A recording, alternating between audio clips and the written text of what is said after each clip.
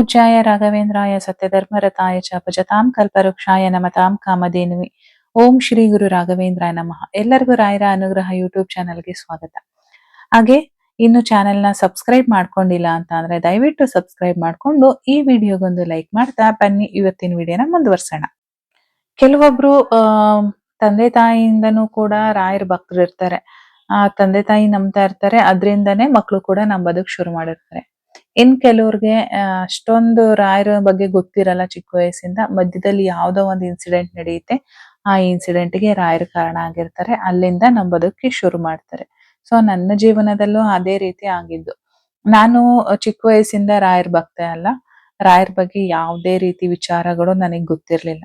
So ಮಧ್ಯದಲ್ಲಿ ಒಂದೆರಡು incidents ನನಗೆ ರಾಯರನ್ನ ನಂಬೋ ತರ ಮಾಡ್ತು. ನಾನು ಈ ಹಿಂದೆ ಎಲ್ಲ ಹೇಳ್ಕೊಂಡಿದ್ದೀನಿ ರಾಯರು ನನ್ನ ಜೀವನದಲ್ಲಿ ಯಾವ ರೀತಿ ಬಂದ್ರು ಅಂತ ಹೇಳಿ. ಆಮೇಲೆ ನಾನು ಅದೆಲ್ಲ ಆದ್ಮೇಲೆ ಒಂದು ವಿಡಿಯೋದಲ್ಲಿ ಹೇಳಿದ್ದೆ, ರಾಯರ ವಿಡಿಯೋಸ್ ನನಗೆ ಡಿಸ್ಪ್ಲೇ ಮೇಲೆ ಕಾಣೋದಕ್ಕೆ ಶುರುವಾಯ್ತು. ಅಲ್ಲಿವರೆಗೂ ನಾನು ಯೂಟ್ಯೂಬ್ ಅಲ್ಲಿ ರಾಯರ ವಿಡಿಯೋಸೇ ನೋಡಿರ್ಲಿಲ್ಲ.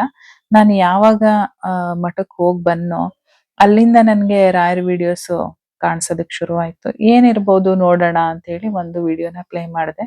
ಸೊ ಆ ವಿಡಿಯೋನ ಪ್ಲೇ ಮಾಡಿದಾಗ ನನಗೆ ಫುಲ್ ಬಾಡಿ ಎಲ್ಲ ಏನೋ ಒಂದ್ ರೀತಿ ರೋಮಾಂಚನ, ನಾನು ನೆಲದಲ್ಲೇ ಇಲ್ವೇನೋ ಅನ್ನೋ ತರ ಒಂದು ಫೀಲ್ ನನ್ಗೆ ಆಗ್ತಾ ಇತ್ತು. ಈ ತರದ ಎಷ್ಟೊಂದು ಪವಾಡಗಳು ನಾನು ಬೇರೆ ಬೇರೆದೆಲ್ಲ ನೋಡಿದೀನಿ, ಆದ್ರೂ ಈ ವಿಡಿಯೋ ನೋಡ್ಬೇಕಾದ್ರೆ ಯಾಕೆ ಹಿಂಗ್ ಆಗ್ತಾ ಇದೆ ಅಂತ ಹೇಳಿ ನನಗೆ ಅವತ್ತು ಅರ್ಥ ಆಗ್ಲಿಲ್ಲ.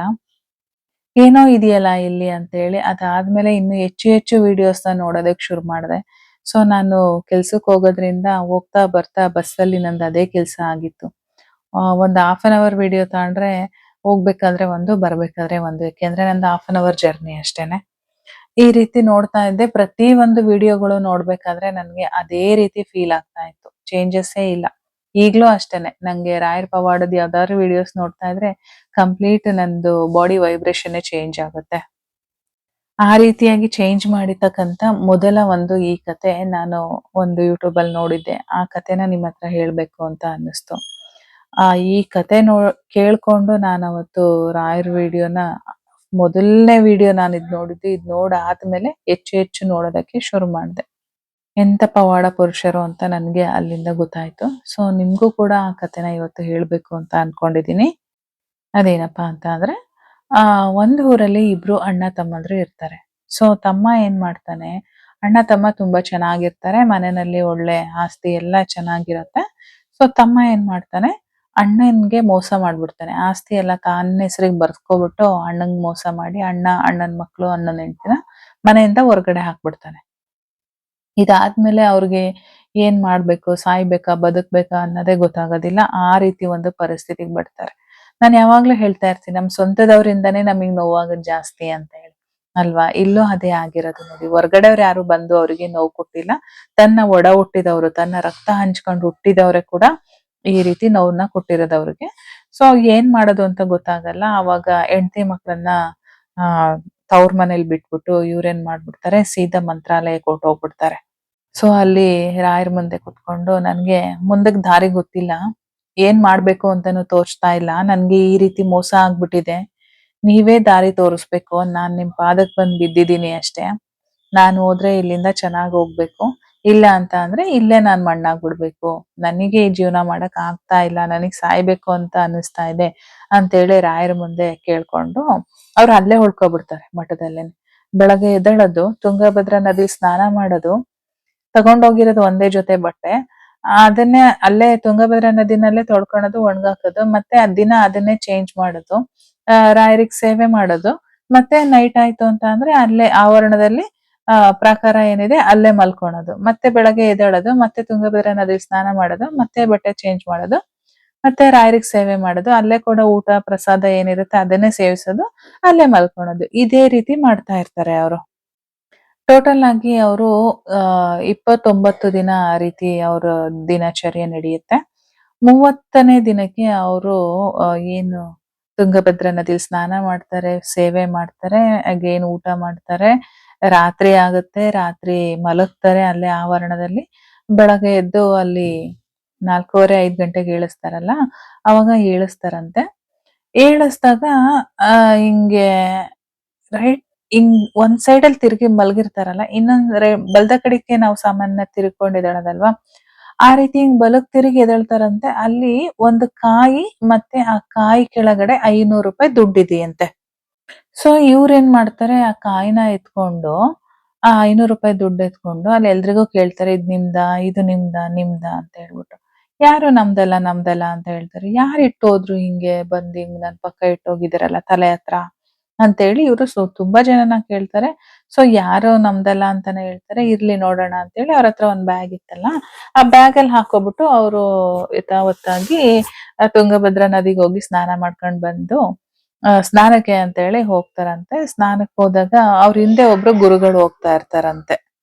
ಅವ್ರ ಹಿಂದೆ ಗುರುಗಳು ಹೋಗ್ತಾ ಇದ್ರಲ್ಲ, ಇವ್ರು ನೋಡ್ತಾರೆ. ಸೊ ಅಲ್ಲಿ ಹೋಗ್ಬಿಟ್ಟು ಬ್ಯಾಗ್ ಅಲ್ಲಿ ಇಟ್ಟಿ ಸ್ನಾನ ಮಾಡ್ಕೊಂಡ್ ಬರ್ತಾರಂತೆ. ಆ ಗುರುಗಳಲ್ಲೇ ಇರ್ತಾರಂತೆ. ಸೊ ಅವ್ರು ಕರೆದ್ಬಿಟ್ಟು ಹೇಳ್ತಾರಂತೆ, ಅವ್ರ ಹತ್ರ ಇವ್ರು ಕೇಳ್ತಾರಂತೆ, ಆಮ್, ಗುರುಗಳೇ ನನ್ಗೆ ಇವತ್ತು ಹಿಂಗಾಯ್ತು, ಯಾರನ್ ಕೇಳಿದ್ರು ನಮ್ದಲ್ಲ ಅಂತ ಹೇಳ್ತಾ ಇದ್ದಾರೆ, ಏನ್ ಮಾಡ್ಬೇಕು ಇದನ್ನ ಅಂತ ನೀವಾದ್ರೂ ಹೇಳಿ ಅಂತ ಅವ್ರನ್ನ ಕೇಳ್ತಾರಂತೆ. ಅವಾಗ ಅದು ರಾಘವೇಂದ್ರ ಸ್ವಾಮಿಗಳು ನಿಮಗ್ ಕೊಟ್ಟಿರ್ತಕ್ಕಂತ ವರಪ್ರಸಾದ ಅದು. ಸೊ ಅದನ್ನ ನೀವು ಇಟ್ಕೊಂಡು ನಿಮ್ಮ ಜೀವನನ ಕಟ್ಕೊಳ್ಬಹುದು. ಅದ್ರಿಂದ ನೀವು ಈ ರೀತಿ ವ್ಯಾಪಾರನ ಶುರು ಮಾಡಿ ಕಾಯಿದು ಅಂತ ಹೇಳಿ ಹೇಳ್ತಾರೆ. ಸೊ ಇವ್ರೇನ್ ಮಾಡ್ತಾರೆ, ಅಲ್ಲಿಂದ ಆಯ್ತು ಅಂತ ಹೇಳಿ ಬರ್ತಾರೆ. ಮತ್ತೆ ವಾಪಸ್ ತಿರುಗಿ ನೋಡಿದ್ರೆ ಗುರುಗಳಿಲ್ಲ. ಅರ್ಥ ಮಾಡ್ಕೊಳ್ಳಿ ಯಾರು ಬಂದಿದ್ರು, ಯಾರು ಇವ್ರಿಗೆ ಹೇಳಿದ್ರು ಅಂತ ಹೇಳಿ. ಸಾಕ್ಷಾತ್ ರಾಘವೇಂದ್ರ ಸ್ವಾಮಿಗಳೇ ಬಂದು ಅದನ್ನ ಇಟ್ಟಿ ಇವ್ರಿಗೆ ಹೇಳ್ಬಿಟ್ಟು ಹೋಗಿದ್ದಾರೆ, ಅದ್ರಿಂದ ನೀನು ವ್ಯಾಪಾರನ ಶುರು ಮಾಡು ಅಂತ ಹೇಳಿ. ಸೊ ಇವ್ರೇನ್ ಮಾಡ್ತಾರೆ, ಹೋಗ್ತಾರೆ, ಆವರಣಕ್ಕೆ ಹೋಗ್ತಾರೆ, ಇವ್ರ ಸೇವೆನ ಮಾಡ್ತಾರೆ. ಅಲ್ಲಿಂದ ಬಂದು ಈ ಒಂದು ಕಾಯಿ ಜೊತೆಗೆ 500 ರೂಪಾಯಿ ಏನಿತ್ತು, ಆ 500 ರೂಪಾಯಿಗೆ ಎಷ್ಟು ಕಾಯಿಗಳು ಬರುತ್ತೋ ಅಷ್ಟನ್ನು ತಗೊಳ್ತಾರೆ. ತಗೊಂಡು ಬಂದು ಕುತ್ಕೋತಾರೆ ಸೇಲ್ ಮಾಡೋದಕ್ಕೆ. ಸೊ ಇಮಿಡಿಯೇಟ್ ಆಗಿ ಎಲ್ಲ ಸೇಲ್ ಆಗೋಗುತ್ತೆ. ಮತ್ತೆ ಬಂದಿದ್ ಲಾಭದಲ್ಲಿ ಇರೋ ದುಡ್ಡು ಮತ್ತೆ ಹೋಗ್ತಾರೆ, ಮತ್ತೆ ತಗೊಬರ್ತಾರೆ, ಮತ್ತೆ ಸೇಲ್ ಮಾಡ್ತಾರೆ. ಸೊ ಹಿಂಗೆ ಮಾಡ್ತಾ ಇರ್ತಾರೆ ಅವರು. ಪ್ರತಿದಿನ ಅವರಿಗೆ ಲಾಭ ಆಗ್ತಾ ಇರುತ್ತೆ. ಪ್ರತಿದಿನ 1,000 ಲಾಭ, ಆಮೇಲೆ 2,000 ಲಾಭ, 5,000 ಲಾಭ, 10,000 ಲಾಭ, 50,000 ಲಾಭ, 1,00,000 ಲಾಭ. ಪ್ರತಿ ದಿನಕ್ಕೆ ಈ ರೀತಿ ಅವರ ವ್ಯಾಪಾರ ಬೆಳಿತಾನೇ ಹೋಗುತ್ತೆ. ಈಗ್ಲೂ ಕೂಡ ಅವರು ಅಲ್ಲೇ ಇದಾರಂತೆ. ಅವರು ಒಂದು ಕಾಯಿ ವ್ಯಾಪಾರಿಗಳಾಗಿ ಮಠಕ್ಕೆ ಅವ್ರದೇ ಕಾಯಿಗಳಂತೆ ಬರೋದು. ಈ ಕಥೆನ ನಾನು ಕೇಳಿ ನನ್ಗೆ ಹೆಂಗ್ ಆಗ್ಬಿಡ್ತು ಅಂತ ಅಂದ್ರೆ, ಕಣ್ಣಲ್ಲಿ ನೀರು ಧಾರಾಕಾರವಾಗಿ ಅದ್ರ ಪಾಡಿಗೆ ಅದು ಇಳಿದು ಹೋಗ್ತಾ ಇತ್ತು. ನನಗ್ ಗೊತ್ತಿಲ್ಲ, ನನ್ ಫಸ್ಟ್ ವಿಡಿಯೋ ಇದು ನಾನು ನೋಡ್ತಾ ಇರೋದು. ನಿಮಗೆ ಹೇಗ ಅನಿಸ್ತಿದ್ಯೋ ನನಗ್ ಗೊತ್ತಿಲ್ಲ. ಯಾಕೆ ಅಂತ ಅಂದ್ರೆ ನೀವು ಕೇಳಿರ್ತೀರ, ನಾನು ಯೂಟ್ಯೂಬ್ ಅಲ್ಲೇ ನೋಡಿರೋದ್ರಿಂದ ನೀವು ಕೇಳಿರ್ಬೋದು ಈ ಕಥೆನ. ಸೊ ಅವರಷ್ಟು ಚೆನ್ನಾಗಿ ಹೇಳಕ್ ಬರ್ದೇ ಇರ್ಬೋದೇನೋ ನನ್ಗೆ. ಅಷ್ಟು ಚೆನ್ನಾಗಾದ್ಮೇಲೆ ಅವರು ಒಂದು ದೊಡ್ಡ ಮನೆ ಕಟ್ತಾರೆ. ಆಮೇಲೆ ಇಬ್ರು ಹೆಣ್ಮಕ್ಳಿದ್ರಲ್ಲ, ಅವ್ರದ್ದು ಮದ್ವೆ ಮಾಡ್ತಾರೆ. ಸೊ ಕಂಪ್ಲೀಟ್ ಆಗಿ ಅವ್ರದ್ದು ಲೈಫ್ ಸ್ಟೈಲ್ ಚೇಂಜ್ ಆಗುತ್ತೆ.